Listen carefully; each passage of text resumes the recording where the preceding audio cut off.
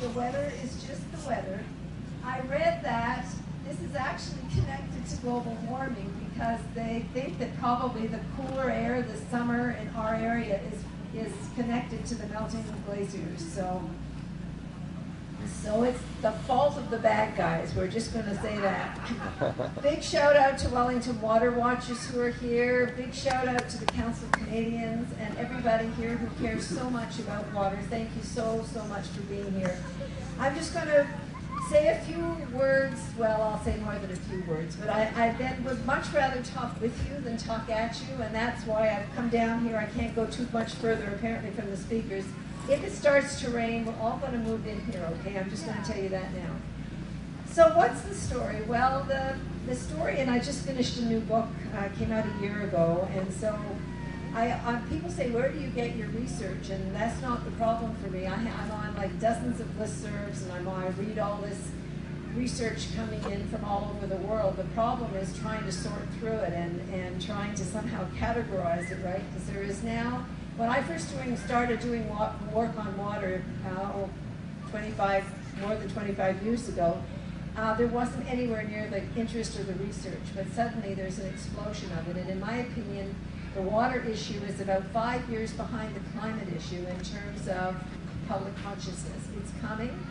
The research is being done, and it's happening very quickly, particularly as people start to experience in their own lives or their own reality water shortages, which is happening around the world. So I think we're on the cusp of a real understanding and a real flowering, if you will, of work. And just heard the wonderful statistics that Guelph, you guys use 30%, am I right? Now, what did I get the stat? 30% less than water than other Canadian cities, Canadian municipalities, and this is because people here, through Wellington Water Watchers, through the work that's been done collectively here, people have really decided to be careful with their water, and I just think it's a wonderful example. Of course, we would be very happy if Nestle would pack up and go home.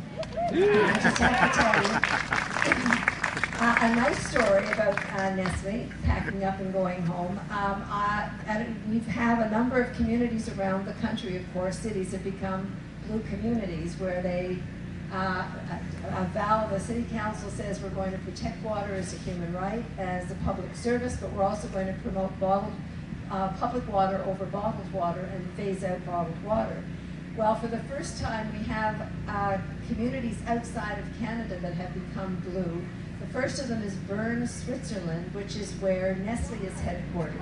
And I happened to be in Bern 2 years ago, met the mayor of Bern, who's a fabulous person, and told him about this, and he loved it, and he winked at me, and he said this would be a really neat way to sort of give a message to Nestle, because Nestle's so powerful there, right? So last year I went back, and Bern became a blue community, and not only did they promise all of that, to phase out bottled water right in Nestle's backyard, but to promise not to privatize, to promise to keep it as a public trust and a human right, but they also added a concept of water, public-public partnerships, that they would partner with poorer countries and promote public water systems and not privatized water systems. So it's really something. And the University of Bern became a blue community, and the major Reformed Church in Switzerland became a blue community. And I'm about to go back this fall, in a week in fact, and the University of Lucerne is going to become a blue community, and apparently a number of municipalities there are as well. The first South American blue community has just come into effect, and there's a state in Brazil that's full of the most beautiful mineral water anywhere in the world, and people come from all over the world for the healing properties. It's called Minas Gerais, and there are a number of communities where they have these water parks, and one of them is called São Lourenço. And about a decade ago, Nestle got the right to set up a bottled water facility there, and they have destroyed it. It smells terrible. I did a tour when I was there. So another town, there are 4 towns that Nestle wants to take over. One of the towns is called Cambuquira, and the Cambuquira people asked me to come to Cambuquira this past April and have it declared a blue community, and it was absolutely fabulous. They declared as a community with their elected politicians, but they didn't wait for their politicians, that Nestle is absolutely unwelcome. There's a lovely young man named Helvea who picked me up in Rio and drove me up to this community. They put me up in a funny old place that raises horses, and it was just like, my life was interesting to say the least, but Helvea was very proper and very quiet, but when we had the ceremony, he came up to me and he was just absolutely sobbing. He calls me Maude, and he said, "Oh, Maude, Maude." He said, "I am having deep emotions right now." So I just, not 2 weeks later, Nestle's product from the San Alejandro water facility were pulled off the shelves. Millions of bottled water were removed, and they're thinking about kicking Nestle right out of that whole state. So these fights are taking place around the world. I think it's really important for us to remember we're not alone. So I just wanted to start off with those happy stories. Another sort of happy, not so happy story is around Detroit. A bunch of you may have been reading about our work in Detroit. Detroit's been declared bankrupt, and so they put in an emergency manager, and the emergency manager decided that he wanted to sell the water system. I mean, at fire sale prices on one of the Great Lakes. Wouldn't you want to buy it as well, right? So they decided to get rid of the bad debt, and there are millions and millions of dollars of debt owing to the city of Detroit, mostly from golf courses and the stadium and the big companies and so on, but they went after the poorest of the poor, the people who couldn't afford the water, and they started turning off the water to 3,000 residences a week. And I went down there last May, and we met with the people. We had a big public event, met with a bunch of groups, and we lodged a complaint with the United Nations. And the United Nations Special Rapporteur on Water and Sanitation was so disturbed by what she heard that she actually put out a statement with the Special Rapporteur on Health and the Special Rapporteur on Food, saying that there was a huge violation of human rights taking place in Detroit at the moment. So we got a moratorium that's continued to last right till now. There's a bankruptcy judge who has blasted the city of Detroit for doing this. So, you know, there are exciting stories around the world where we are fighting back and where we are asserting our human right to water and the right to protect our water. So I just want to say again, thank you to the people here protecting Wells Water, just to know that you're part of a global project. Just quickly to say, where are we in the world? Well, there's good news and bad news. The bad news really is that we are continuing to see an overuse and a deterioration of the world's water systems. We all grew up with the belief that we learned in grade 6 that there's a finite amount of water in the hydrologic cycle and it can't go anywhere, which is to an extent true, but nobody taught us, because they didn't know, that we can pollute it and mismanage it, and most importantly, divert it from where it's needed for a healthy hydrologic cycle to where we want it. I mean, the story in California is one of massive water diversions. They have lots of water in California. If they stop using their massive groundwater sources to provide alfalfa and corn and biofuels that they send out to the world, and shipping out what's called virtual water. And virtual water is the water that's embedded in a commodity or a product that you then ship away. So much of the world's water now is in the tents and the plastic and the food products and so on that we use, our clothing, our computers and so on, that we use to produce these things. And so the world's water is in some places in decline. We are using bore well technology that was only designed in the 1950s to pump up massive amounts of groundwater.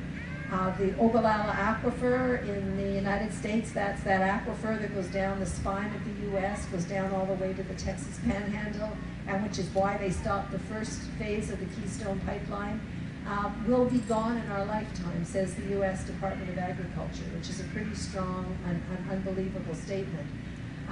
The Department of Agriculture said there is such a pressure now on, mostly for corn, mostly for biofuels, mostly massive agribusiness. It's not small family farms anymore. They green the prairie, they green the desert, but at the cost that this aquifer will be gone. And it produces a great deal of the food that Americans use, and of course they export around the world. Another incredible new statistic is that in China since 1990, half the rivers are gone. I don't mean polluted, I mean they're gone. They are absolutely, they have disappeared. from coal-fired hydroelectric power, or massive farming, or to produce all the running shoes and toys and stuff for the world. They have sacrificed their water, and again using massive bore well technology.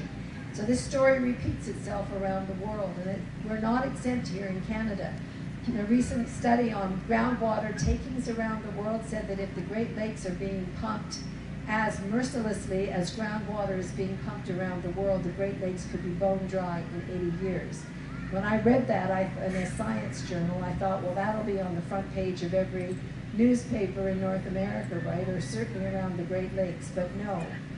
And you should also know we're very concerned about the Great Lakes being used as a conduit for extreme energy. I've just written a new report if anyone's interested in reading it. It's called Liquid Pipeline, the threat of extreme energy to the Great Lakes and the St. Lawrence River. Get it on our website, Canadians.org. When I researched, I started thinking there was some threat, and I ended up thinking that it's a massive threat with tar sands bitumen. Everybody thinks, oh, they've said no to Keystone, therefore it's not coming through to the U.S. Not true. There are pipelines and rail lines, and very soon to be shipping lines. They're going to be shipping Canadian bitumen from the Alberta tar sands on ships, on barges, on the Great Lakes. There's a project that would take it from a port, a deep sea port on the American side, and ship it back out to refineries around the lakes, and a number of refineries right across the Great Lakes, and of course down the St. Lawrence.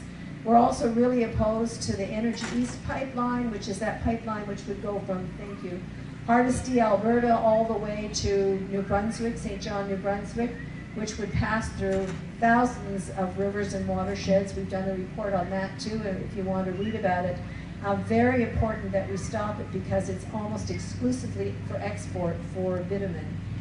And on the Great Lakes, we're also concerned about fracking and wastewater, which the United States Coast Guard has just said they are going to allow the shipping of wastewater from fracking, again, on barges and ships. So we're talking about these water systems that are already in great peril, allowing the worst heavy industry, heavy oil, heavy energy, the worst, dirtiest energy on the planet to be moved on these lakes in open barges, which makes me wonder if we're all a little insane.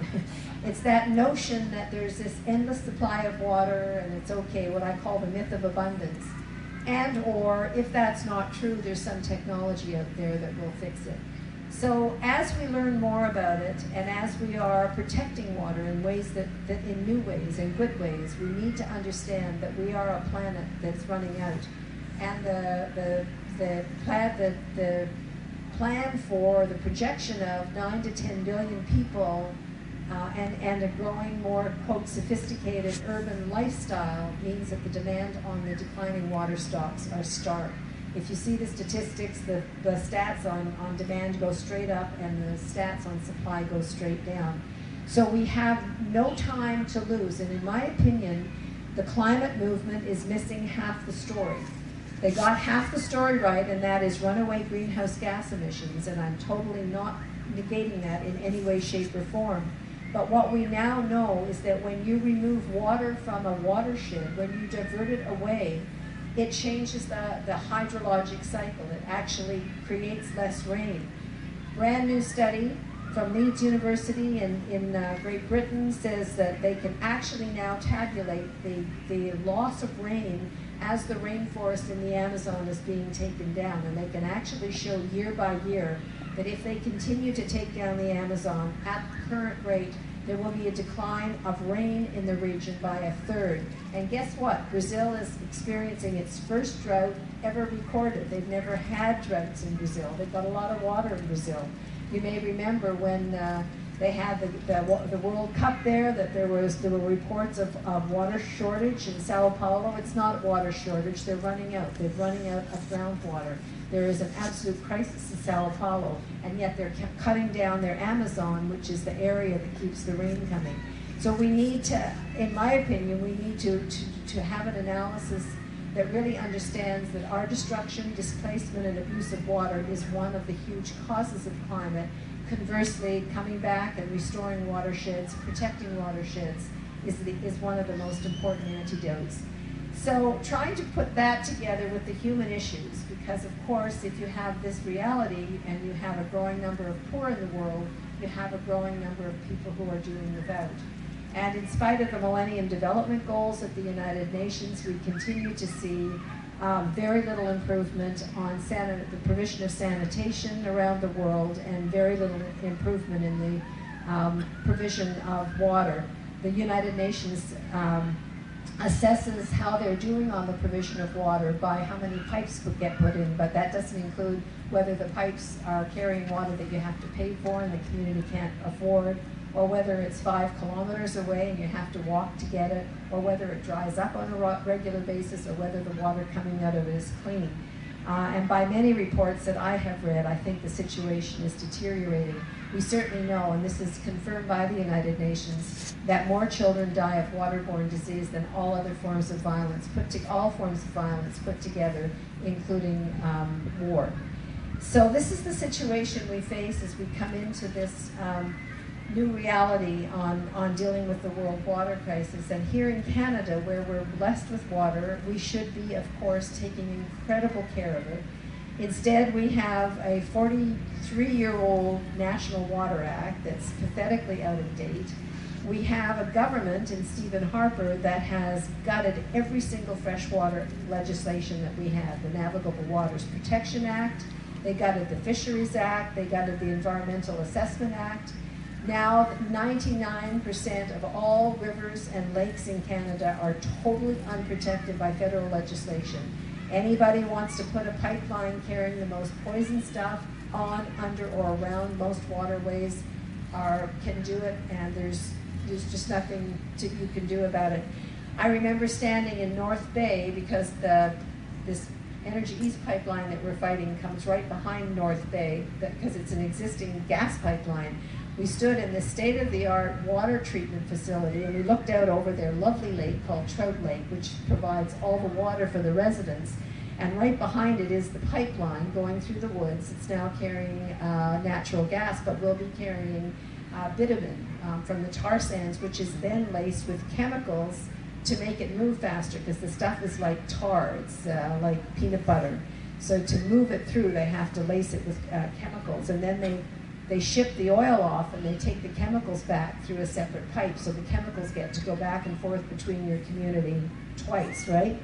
And we said to the head of the manager of this water treatment plant, well, so he showed us, he said if the pipe breaks, and he was able to point out, he said the bitumen will come around here, it'll get taken into the intake valves right here, and it'll probably shut down the water system within about an hour. And we said, oh, what's your contingency plan? And he said, bottled water?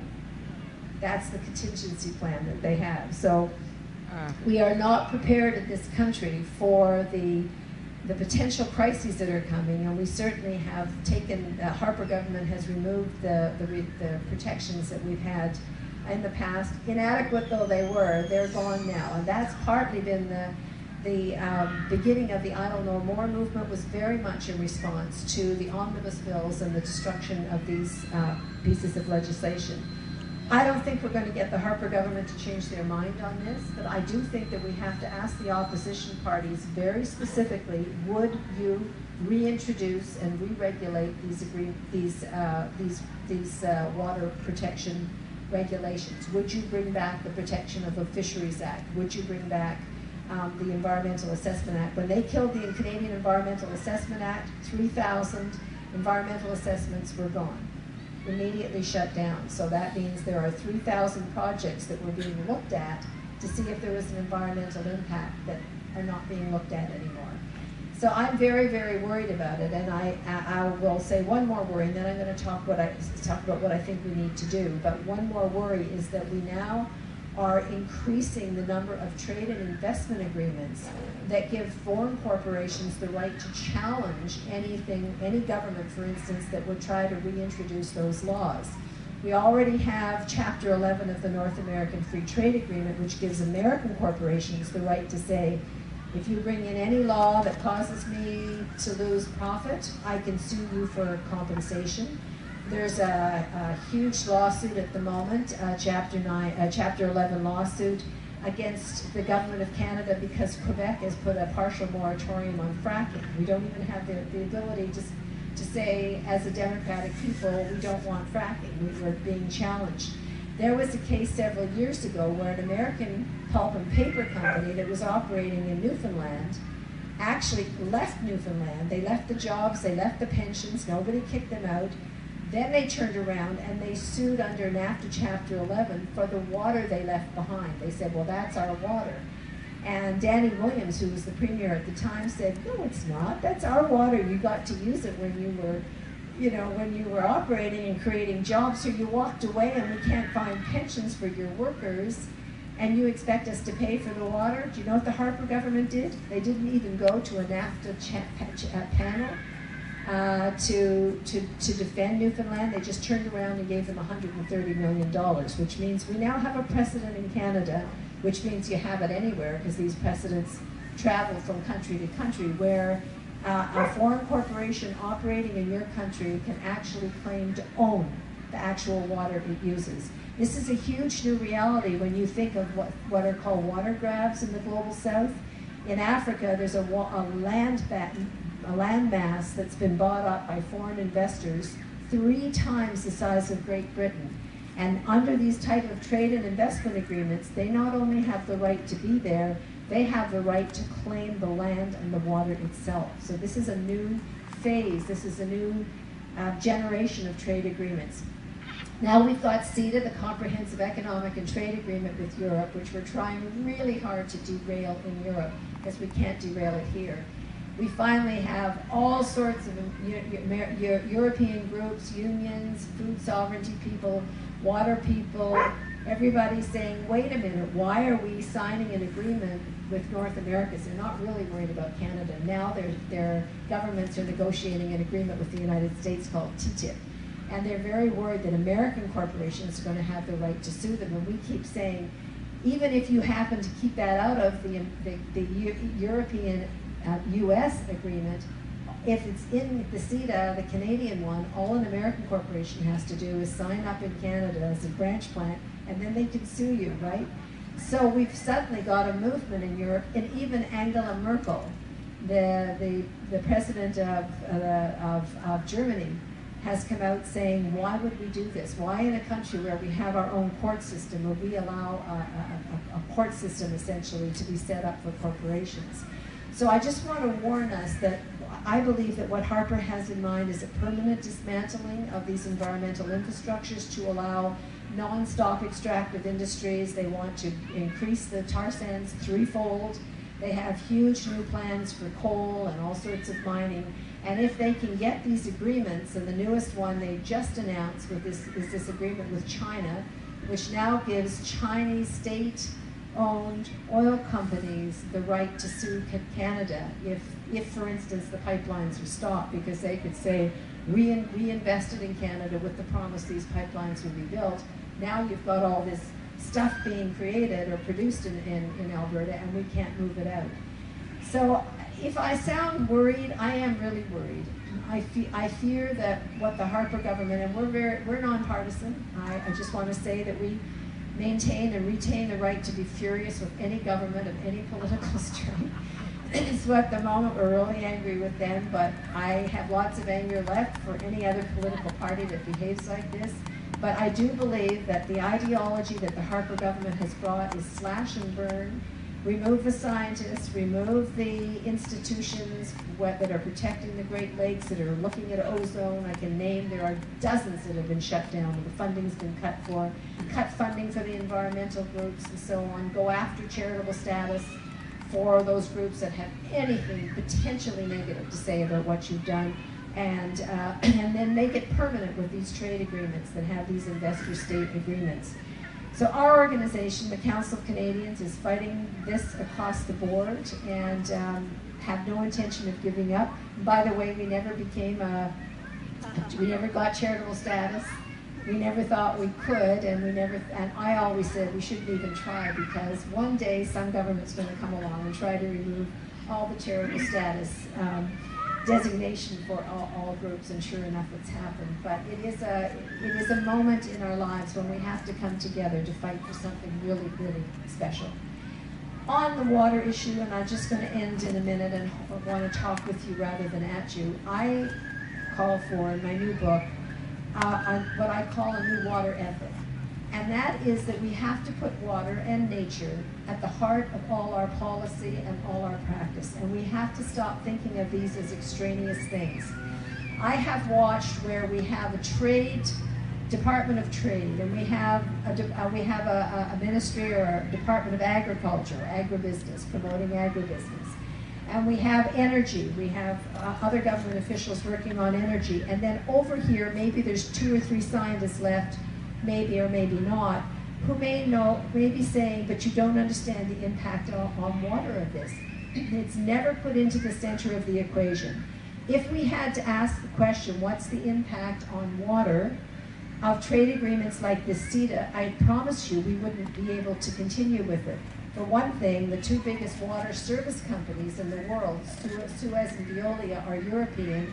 They're chomping at the bit to get this agreement because now the Harper government is saying if a municipality needs money for infrastructure for new water systems, they have to privatize if they want federal funding. So once that's locked in and then you get these agreements, Suez and Veolia could say you have to keep it there forever. So asking the question in terms of energy production and energy policy, asking the question how we grow our food.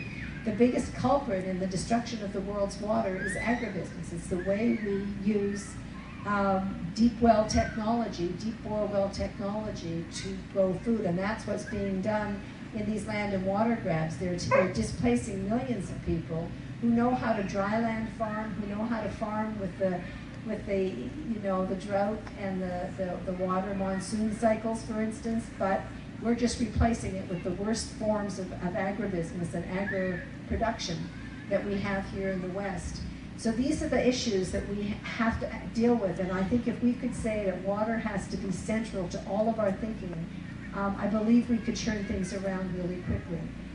And again, quickly, just 4 principles I believe that we need to think here about. One is that water is a human right, and by that I mean that no one in our world should go without water because they cannot afford to pay for it, and that's the violation that's been allowed in Detroit. People had water, the water's been removed. That's a direct violation, as is now understood at the United Nations, which is something that I worked on really hard and was very excited about successfully completing that piece of this. In our country, the big issue that you well know is the First Nations' lack of access to clean water. Just a new study that came out with 10 worst situations in Ontario, and it's really quite drastic. So we need to push a government. This government won't listen, but a future government needs to be pushed to implement the human right to water here in Canada. The second principle is that water is a public trust and a commons, and that means it can never be bought, sold, traded, appropriated for private practice, and we need to change the laws wherever they exist to protect public trust. I spoke in California not long ago, and I said, I know that you have complicated laws and lots of history with lots of legal realities, and that your laws were first in time. They were designed to bring people, to bring settlers in, to bring ranchers in, and whoever got there first got these water rights, and they have them forever. And I said, you know what? Those were made for a certain place and a certain time, and they're irrelevant. They don't work anymore. You need to go back to the drawing boards and declare water to be a public trust. What we have to do in every case is say that water belongs to us, we the people. That water belongs to future generations. It belongs to other species. It belongs to the ecosystem, and anyone having access to it has to demonstrate to us that they're not going to harm that water. We have to control it through our elected officials, and it must not be allowed to be privatized.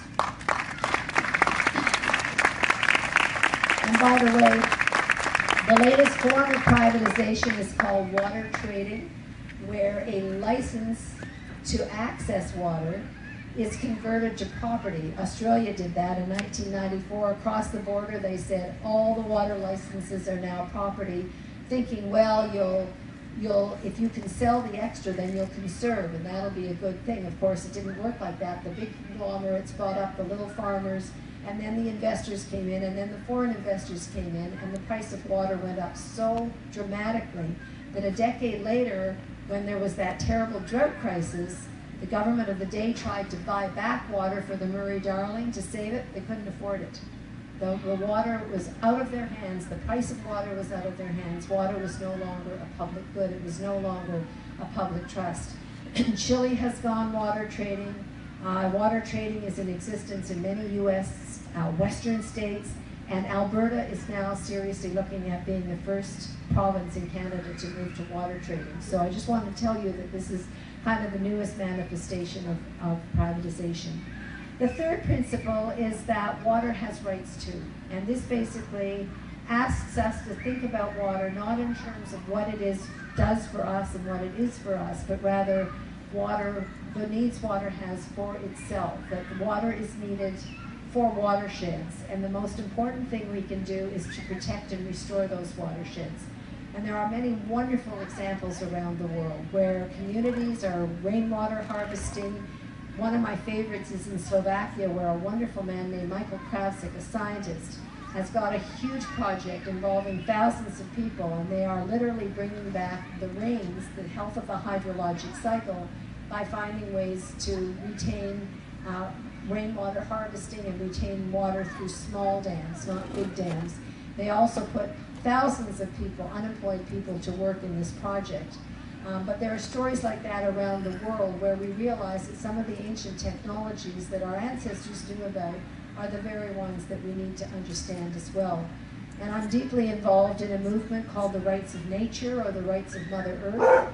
We have a Universal Declaration on the Rights of Mother Earth that came out of a wonderful conference in 2010 in Cochabamba, Bolivia, where we say that we believe that the Manifesto of Human Rights from 1948 should be twinned with a manifesto that says the earth has rights too. We are not above the earth, we must be part of the earth, and to do that we need to make our laws and our behavior compatible to the laws of nature.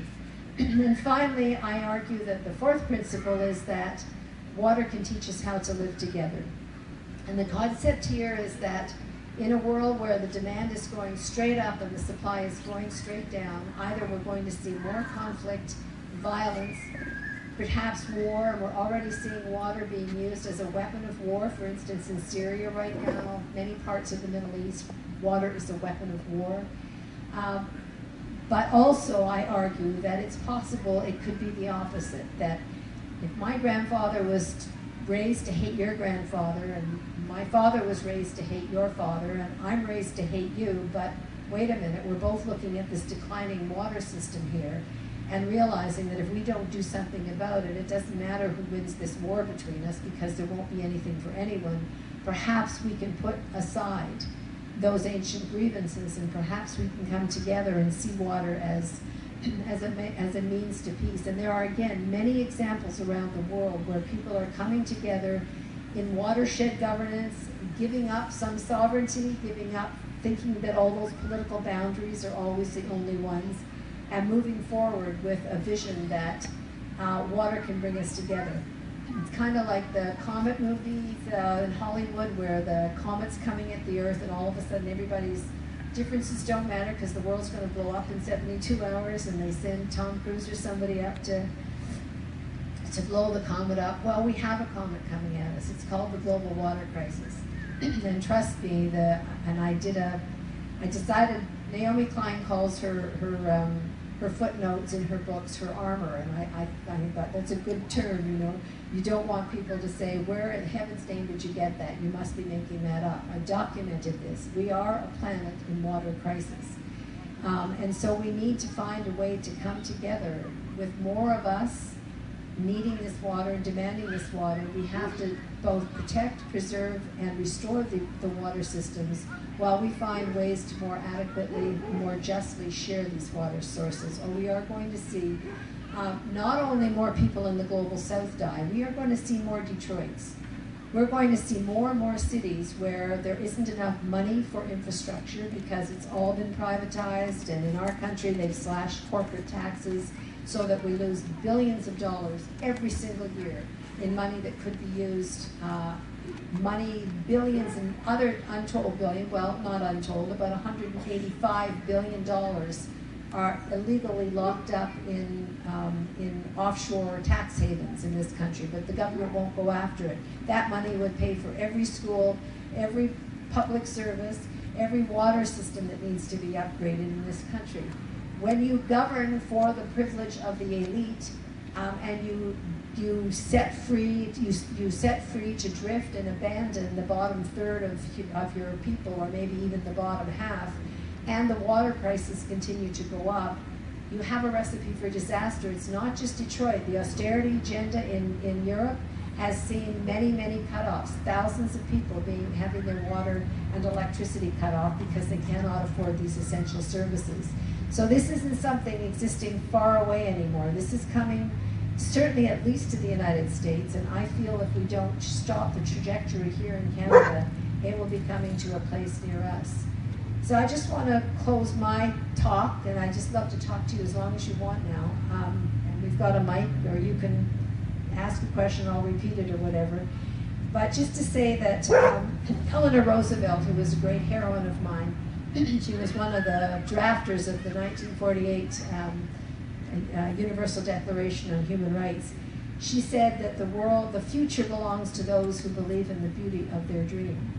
Well, I believe in the beauty of this dream, that we will have a world in which nature will give us water as a gift to teach us how to live differently with one another and to live more lightly on the earth. And to recognize that if someone in one part of the world is hurting and their children are dying because they cannot afford water, it's us, it's affecting us, it's inside us, and that we cannot keep it outside of us anymore. And that we are one world, as one journalist or one writer called it, one world, ready or not, in our search for environmental and social justice. And I dream that water will be the tool that will bring us to that place. So thank you very much. Woo!